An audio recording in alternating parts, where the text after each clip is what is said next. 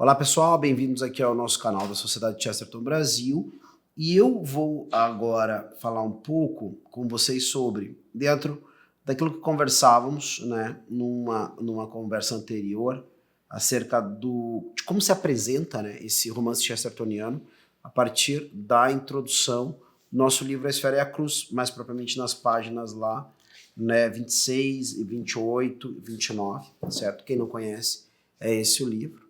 Está bem, e tem lá na nossa livraria, então quem quiser vai lá conferir, né, e adquirir, porque é um livro excelente.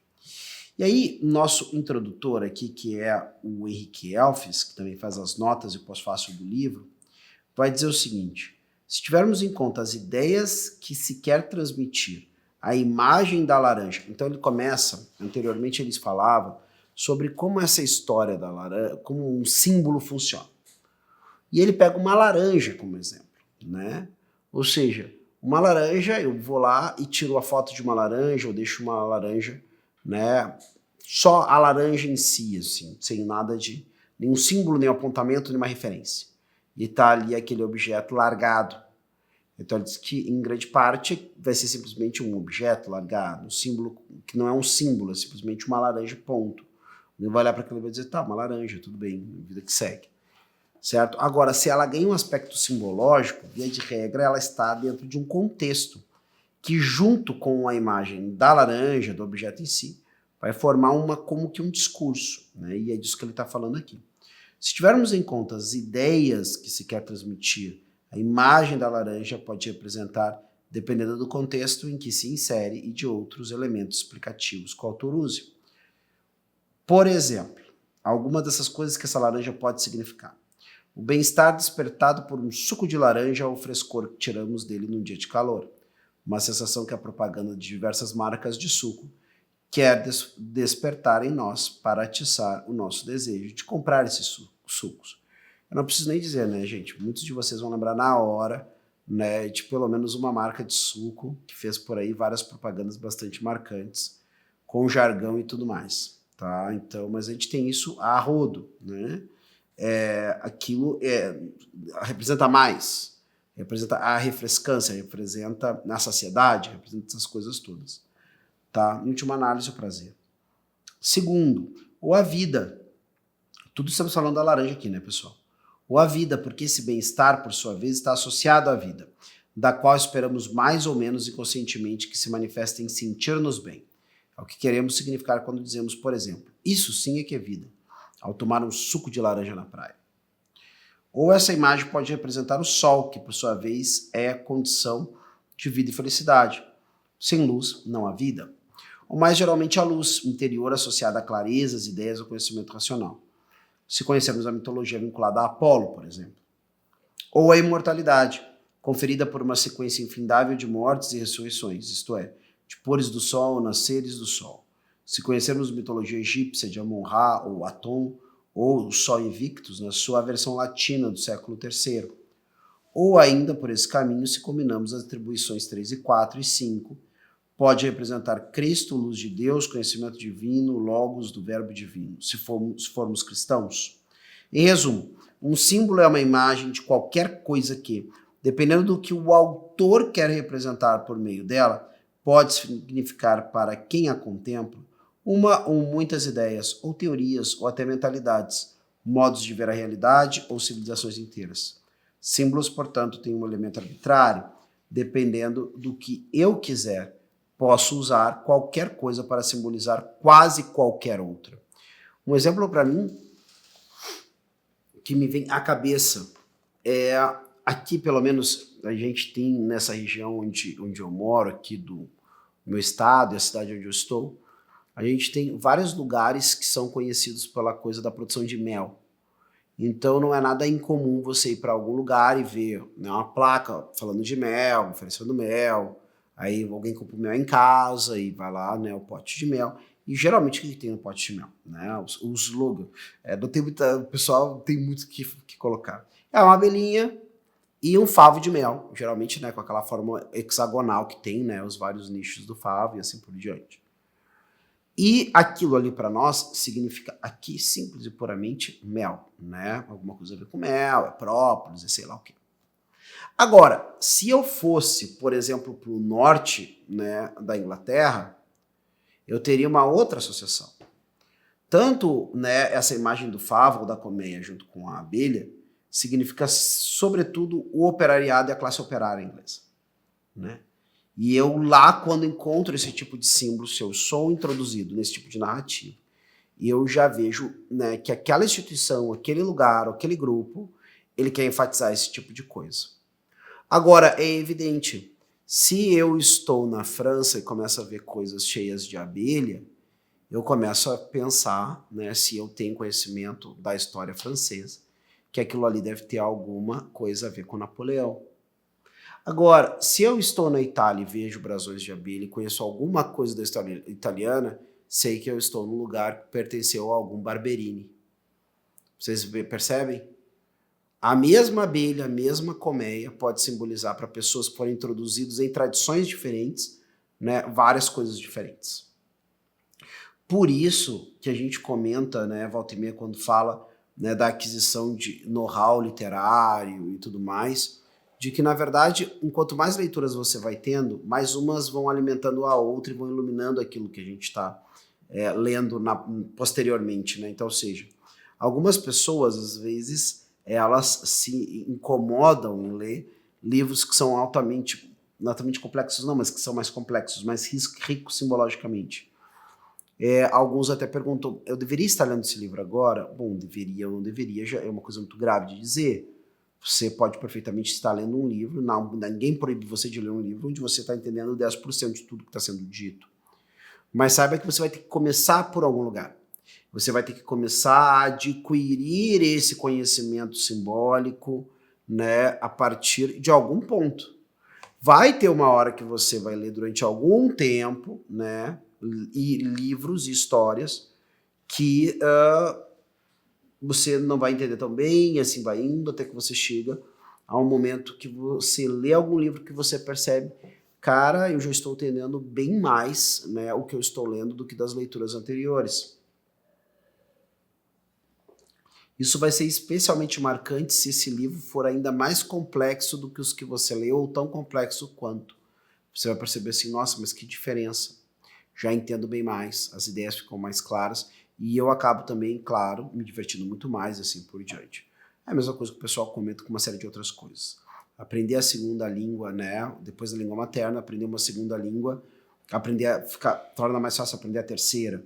A pessoa que tem o costume de fazer exercício físico paulatinamente vai passar em algum momento a ter uma espécie de prazer com o exercício mesmo não podendo ficar sem, tá? E assim vai. Muito bem. Por isso, os símbolos são, em geral, né, civilizacionais, certo? E aqui, antes disso, mas se eu não utilizar coisas conhecidas e que naturalmente despertam certas associações ou analogias, no exemplo usado, a cor e formato da laranja tem uma semelhança real com a cor e formato do sol, tal como visto por qualquer um de nós, talvez seja o único a entender o que quero representar por esse símbolo. Ou seja, o símbolo será ineficaz, não servirá ao propósito como que o criei, que é transmitir um conceito ou um conjunto de conceitos às pessoas com quem quero me comunicar. Por isso, os símbolos são, em geral, civilizacionais, ou seja, fazem sentido, comunicam significados dentro de determinados contextos culturais e históricos. Cristão, a cruz, por exemplo. Pagão, a esfera. O sol, a pirâmide, a vara. Materialista, foice, o martelo, a estrela vermelha. Para entender o símbolo, portanto, preciso entender bem esse contexto, que me ajuda a entender a teoria geral na qual ele se insere. Quanto melhor eu a entenda, melhor compreenderei a ideia que a embute. Caso contrário, cairei na arbitrariedade das interpretações ao acaso, no chute, ao qual não raro é encontrar nas múltiplas interpretações que os críticos fazem das obras chestertonianas. Tá? E aqui nós vamos ter uma outra coisa. O que em algum grau o Elfo está querendo nos colocar aqui, que eu acho bem interessante, e mostra uma relação que muitas pessoas não percebem, tá? Eu percebo que as pessoas gostam, via de regra, não é que gostam, mas as pessoas fazem isso por óbvio, tá? Que é o quê? eu sou um cara que tem uma editora de um determinado nicho, filosófico, teológico, talvez literário e assim por diante. E aí então eu decido que o que me interessa de Chesterton são suas obras filosóficas. O que eu interessa de Chesterton são suas obras literárias. Praticamente só nós hoje em dia nos preocupamos em publicar literatura de maneira mais ampla de Chesterton. Mas nada impede que outras editoras, né, venham a entrar nesse mesmo fluxo. Outros querem publicar somente as suas obras de cunho religioso ou então teológico.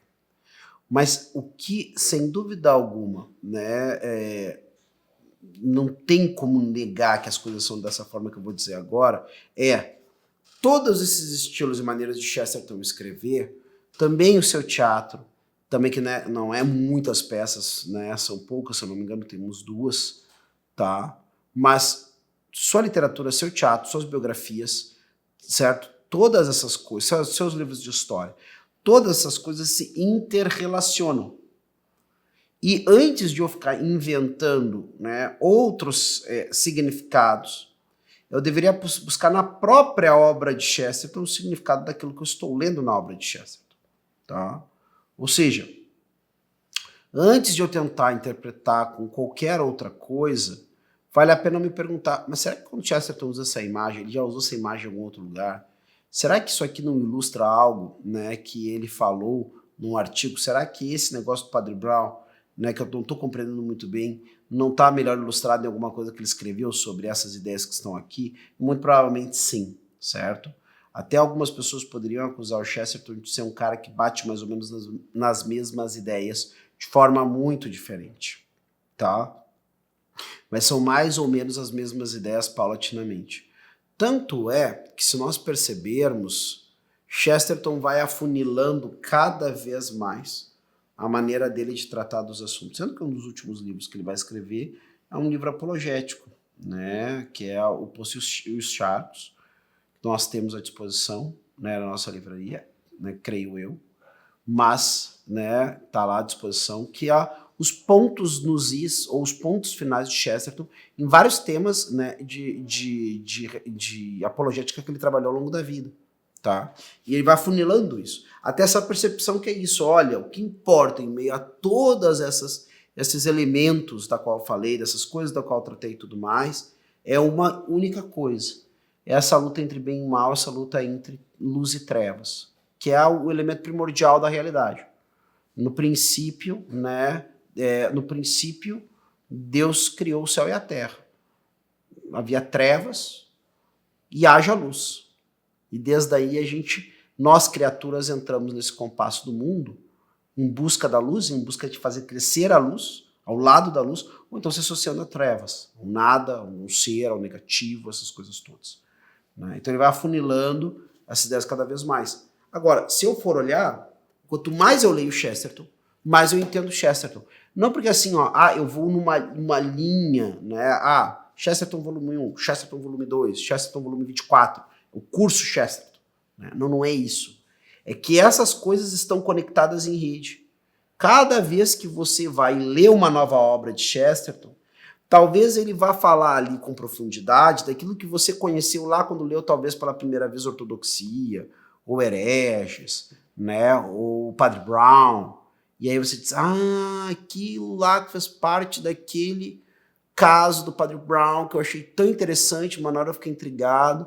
Agora eu achei um artigo, agora eu achei um capítulo de ortodoxia, agora eu achei, né, uma parte aqui, um parágrafo, né, de, sei lá, do Homem Eterno, e agora e aí tu volta, então lá naquele conto, lê de novo, depois de ter lido aquele artigo, né, nós temos inclusive aí uma coletânea muito boa, né, que é o Essencial de Chesterton, traz vários artigos sobre vários temas, assim, bem uma coisa preparada para ser a sua primeira leitura de Chesterton, pelo menos no campo das ideias, assim. E aí, então, você vai vendo, nossa, uma pessoa às vezes me relatou isso, é como se você estivesse lendo uma série, o exemplo que eu vou dar aqui é com Harry Potter, mas você veria com outra série que também tem essas coisas concatenadas. Então, ele cita o personagem X lá no primeiro livro e não fala mais. No terceiro livro, o personagem aparece de novo. Ah, não, mas eu já vi antes esse personagem aqui da história. É o Sirius Black, né? O tio do Harry. Aí eu já vi esse personagem aqui. Pô, mas ele apareceu de novo. Não, mas ele citou, ele largou lá. E você volta.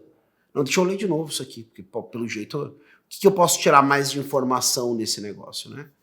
Então, também, com o Chesterton, como você tem essa massa, né, de muita coisa escrita mesmo, né? Esse autor super prolífico, né, você começa a perceber que existem, né, esses lugares, né, de conhecimento, de conceito que você vai aprofundando cada vez mais, como um quebra-cabeças, certo? E tendo acesso à cabeça do mestre, né, tendo acesso à cabeça do autor, tendo acesso à cabeça desse homem que, né, foi um grande escritor em muito do que escreveu, né, para não dizer na maioria do que escreveu, e um gênio em várias das coisas que escreveu, né?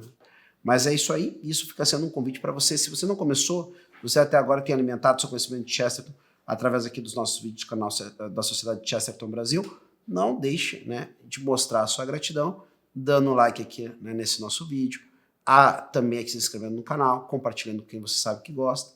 Agora, tá mais do que na hora de você aproveitar, ir lá na nossa livraria e escolher, né, o seu primeiro livro de Chesterton para começar a sua leitura.